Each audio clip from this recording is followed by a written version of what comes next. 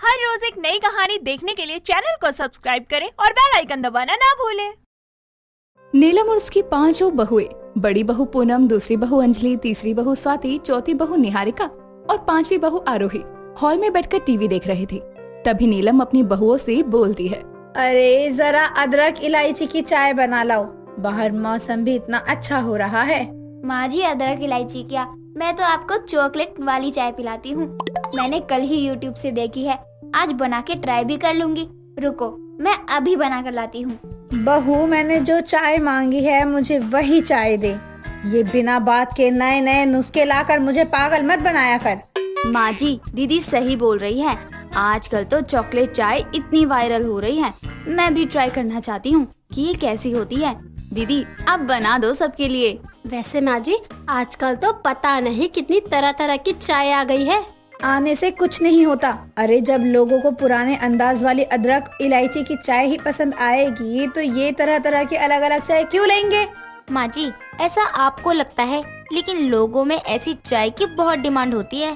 पूनम और बाकी के सब लोग बातें कर रहे थे। तभी नीलम के पांचों बेटे मुंह लटकाकर घर आते हैं। पांचों काफी ज्यादा उदास थे।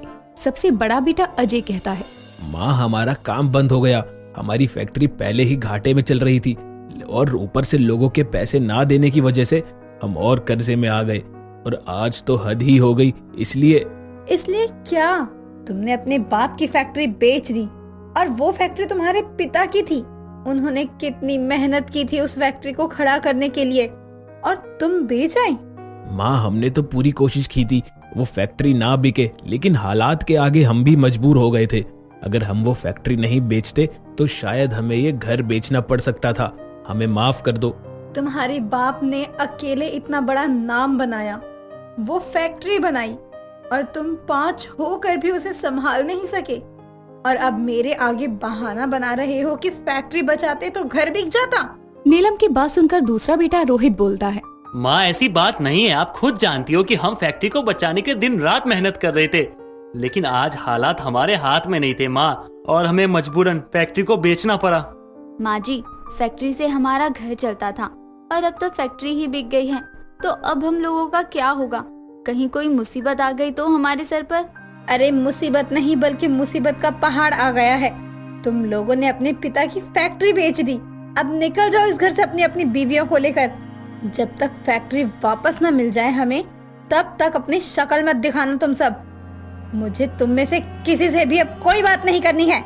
नीलम का बेटा बहू उसे बोलते रहते हैं, लेकिन नीलम किसी की नहीं सुनती और सबको घर से बाहर निकाल देती है। पांचों बहुएं और बेटा नीलम के घर के बाहर ही एक झोपड़ी लगाकर बैठ जाते हैं। सबसे बड़ी बहू पूनम कहती है, माँ जी का गुस्सा तो हम सब जानते ही हैं। अब माँ जी मानने वाली तो है नहीं, हमें अपना गुजारा करने के लिए कुछ तो करना पड़ेगा। और अंजलि, तुम तो जानती ही हो, आजकल 50 तरह की चाय आती है मार्केट में, और हम 50 तरह की चाय बनाकर बिजनेस भी कर सकते हैं। कुछ ना करने से तो अच्छा ही होगा ना कि हम काम शुरू करें। कुछ फैक्ट्री ना सही, लेकिन माँ की नजर में हमारी मेहनत तो दिखेगी। अरे नहीं, इसकी कोई जरूरत नहीं है। चाय बेचने से कुछ नहीं होने वाला है, हमें कुछ और करना होगा। आप लोगों को जो भी करना था वो सब तो आप लोग कर ही चुके हैं, अब हमें भी तो कुछ करने दो। अगर कुछ अच्छा नहीं हुआ तो बुरा भी नहीं होगा। पांचों बहुएं अपने अपने पति की बात को ज्यादा वजन नहीं देती और मिलकर 50 तरह की चाय बेचने का वहीं पर काम शुरू कर देती हैं। नीलम के घर के बाहर ही चौक पर उसकी 5 बहुओं ने 50 तरह की चाय का ठेला लगाया था। एक दिन नीलम की पांचों बहुओं की 50 तरह की चाय वो बेच रही थी कि तभी उनके ठेले पर वहाँ उनकी पड़ोसन सुमन आती है और कहती है, अरे नीलम की बहुओं, तुम लोग यहाँ चाय बेच रही हो? क्या बात है, इतना बड़ा घर होते हुए भी तुम पांचों बहुओं को खुद से चाय बेचनी पड़ रही है। आंटी जी, अब आप बोलती ही रहोगी या चाय का स्वाद भी लोगी? हाँ हाँ, क्यों नहीं, बना दो एक बढ़िया सी चाय। आंटी जी, बढ़िया तो सारी ही चाय है, लेकिन आप बताओ आपको कौन सी चाय चाहिए? अदरक वाली, चॉकलेट वाली, फैंटा वाली, तुलसी वाली चाय, पान वाली चाय, काली चाय, मसाला चाय, कुल्हड़ चाय? ये लीजिए आंटी, इसमें से देख के बता दीजिए कौन सी चाहिए। बहू चाय बता रही है या नए नए तरीके के कपड़े? अरे चाय चाय होती है, तुम पांचों ने तो पता नहीं क्या क्या बता दिया। फलाना चाय, ढिमकाना चाय, 50 तरह की चाय भी होती है क्या?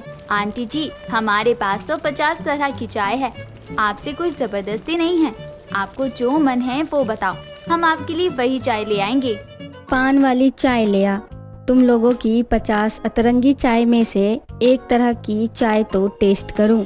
सुमन के लिए पान वाली चाय बनाकर वो लाते हैं और सुमन को पान वाली चाय काफी हद तक सही लगती है।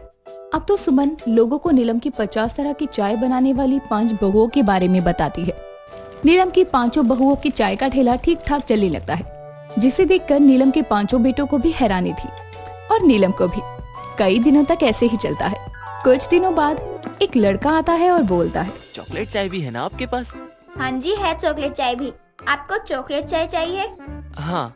अंजलि उस लड़के के लिए चाय बनाने लग जाती है। कुछ देर बाद चाय वो लड़के को दे देती है। जैसे ही वो लड़का चाय पीता है तो बोलता है, चॉकलेट चाय तो ठीक है, लेकिन आप लोग नौसिखिया हो, दुकान बंद कर लो। 50 तरह की चाय की दुकान में 50 तरह की चाय अच्छी होनी चाहिए, ना कि ठीक ठाक सी। भाई साहब, हमने तो काफी मेहनत की है कि आपको अच्छी लगे, लेकिन आपको चाय ही नहीं पसंद आई। अगर मुझे आपकी चाय ज्यादा पसंद आती तो मैं आपको ऐसे नहीं बोलता, लेकिन जो सच है वो मैंने बता दिया। आपको 50 तरह की चाय में अब भी सुधार करने की जरूरत है। लड़के की बात सुनकर अंजलि और बाकी सबको बुरा लगता है, लेकिन वो लोग अब भी अपना चाय का ठेला बंद नहीं करते। इसीलिए वो लोग अब और भी ज्यादा मेहनत करने लगते हैं। जो भी कमी रह गई होती है उसको भी पूरा करने की पूरी कोशिश करते हैं। धीरे धीरे दिन निकल रहे थे और उनकी दुकान काफी ज्यादा चर्चित हो रही थी। ये सब नीलम को भी पता था। नीलम को काफी ज्यादा खुशी हो रही थी कि उसकी बहुएं काफी अच्छी मेहनत कर रही हैं। कुछ दिनों बाद नीलम अपनी बहुओं की चाय की दुकान पर जाती है। नीलम को वहाँ देखकर सब बहुत ज्यादा खुश होते हैं। नीलम अपनी बहुओं से कहती है, मैंने तुम लोगों की बहुत तारीफें सुनी हैं और तुम्हें पता है, जब भी मैं तुम्हारी तारीफें सुनती हूँ तो मुझे बहुत सुकून और खुशी होती है। जी शुक्रिया माँ जी। बहुओं, मुझे माफ कर देना। मैंने अपने बेटों की गलती की सजा तुम 5 को भी दी और घर से निकाल दिया। माँ जी, आप हमसे माफी क्यों मांग रही हो? आप बड़ी हो, आपका पूरा हक है हम पर। सच में बहुओं, मेरे बेटों ने नाम भले ही कमाया हो या ना हो, लेकिन मेरी बहू ने मेरा सर गर्व से ऊंचा कर दिया। माँ जी, हमारा नाम जो भी हुआ है वो सब आपकी वजह से ही हुआ है। अगर आप हमें बाहर नहीं निकालती तो शायद आज ये सब नहीं होता। नीलम अपनी बहुओं की दुकान खुलवाने के लिए उन्हें पैसे दे देती है और उसकी 5 बहुएं भी मन लगाकर काम करती हैं। शारदा देवी के वैसे तो 5 बेटे थे और 5 बहुएं थी, लेकिन एक सास होने का सुख शारदा देवी को किसी बहू से नहीं मिला था, क्योंकि उसकी 5 बहुएं एक ही मोहल्ले के अलग अलग घर से जो थी। जी हाँ, 5 के घर अलग अलग थे और बेचारी शारदा वो 5 बहुओं और बेटों के होते हुए एक अलग ही घर में रहती थी। ऐसे ही एक दिन सुबह नाश्ते के लिए शारदा अपने घर के सामने अपनी बड़ी बहू सीमा के घर के आगे खड़ी होकर बोलती है, अरे बड़ी बहू, आज मेरा नाश्ता लेकर नहीं आई, बना नहीं क्या अभी तक? दे दे बेटा, मुझे भूख लग रही है। शारदा की आवाज सुनकर सीमा बालकनी से झांकते हुए बाहर देखकर कहती है, अरे माँ जी, बना रही हूँ, थोड़ी देर रुक जाओ। अभी आपके बेटे राम का लंच पैक कर दूँ, उनको देर हो रही है। वो तो ठीक है बहू, लेकिन पहले मुझे दे दिया कर, दवाई खानी होती है। मुझे सुबह की लेट हो जाती हूँ खाने में तो फिर घबराहट होने लगती है। माँ जी, आप भी ना कुछ देर शांत नहीं रह सकती? आ तो रही हूँ लेकर। सीमा इतना बोलकर वापस अंदर चली जाती है। ये सब सुनकर मोहल्ले की औरतें आपस में खुसर फुसर करने लगती हैं और शारदा जैसे ही अपने घर जाने लगती है तो वहाँ उसके तीसरे नंबर की बहू मधु हाथों में थाली लेकर उसके पास आकर कहती है, माँ जी, आपको नाश्ते के लिए ऐसे चिल्लाने की जरूरत नहीं है। अब से मैं ही आपको रोज सुबह का नाश्ता दे दूंगी। लीजिए, ये रहा, चलिए अंदर जाकर खा लीजिए। पर बहू, तेरा तो काम शनिवार को है मुझे नाश्ता देने का। वैसे भी तुम 5 ने दिन बांटे हुए हैं मुझे खाना देने के, तो आज जिसका दिन है उसके पास तो जाकर चिल्लाना ही पड़ेगा। शारदा की इस बात पर मोहल्ले की औरतें उसको और उसकी बहू को घूरने लगती है, जिस पर मधु हिचकिचाते हुए कहती है, अरे माँ जी, ऐसी बात नहीं है, मैं आपको रोज खिला सकती हूँ खाना। अच्छा बंदा, चलिए, क्यों बेइज्जती करवा रही है गली में खड़े खड़े। मधु अपनी सास शारदा के साथ उसके घर में आकर नाश्ते की प्लेट को टेबल पर पटकते हुए कहती है, माँ जी, एक तो मैं आपके लिए नाश्ता लेकर आई, जबकि आज मेरा दिन भी नहीं है, फिर भी आपने मुझे ही नीचा दिखाया मोहल्ले वालों के सामने। बताइए, नीचा क्या दिखाना? मोहल्ले में तुम 5 की इज्जत है भी क्या? अरे एक सास है तुम्हारी, उसको छोड़कर तुम 5 अलग अलग घर में रहती हो, ये अच्छी बात है क्या? तो माँ जी क्या पांचों एक ही जगह रहकर झगड़े? और मुझे नहीं सुननी लोगों की कि कैसी बहुएं हैं, पूरा दिन एक दूसरे से लड़ती रहती हैं। अब नाश्ता रख दिया है, खाना हो तो खा लेना वरना फेंक देना। इतना बोलकर मधु घर से चली जाती है और बेचारी दुखी शारदा उसके दिए नाश्ते को ही खाती है, क्योंकि उसको अपनी दवा समय से लेनी थी।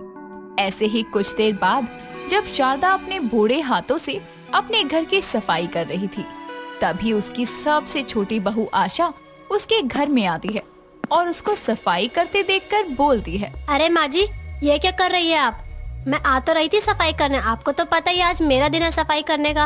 हटिए, मैं करती हूँ। ये तुम्हारा खुद का घर तो है नहीं, इसलिए तुम यहाँ सफाई भी ऐसे ही करके जाती हो। कभी कोनों में कूड़ा छोड़ देती हो तो कभी बर्तनों में साबुन। इससे अच्छा मुझे थोड़ा समय लगेगा, लेकिन मैं खुद ही अपने घर की सफाई कर लूंगी। क्या माँ जी, 5-5 बहुओं के होते हुए आप सफाई करोगे? अच्छा थोड़ी लगता है। लाओ झाड़ू मुझे दो। आशा जबरदस्ती ही शारदा से झाड़ू लेकर खुद सफाई करने लगती है, लेकिन उसका सफाई करना ना करना एक बराबर था। ऐसे ही आए दिन शारदा की 5 बहुएं उसको खाना पानी तो देती, लेकिन सिर्फ दिखावे के लिए या अपनी एक जिम्मेदारी पूरी करने के लिए। असल में 5 में से कोई उसे अपनी सास नहीं मानता था और उससे मोह नहीं रखता था। एक शाम शारदा घर में अकेली बैठी अपने स्वर्गवासी पति की फोटो को निहार रही थी। तभी उसकी पड़ोसन विमला घर आकर उससे कहती है, कैसी हो शारदा बहन? और ये भाई साहब की फोटो को क्यों निहार रही हो? अरे ऊपर तो उन्हें अकेला छोड़ दो।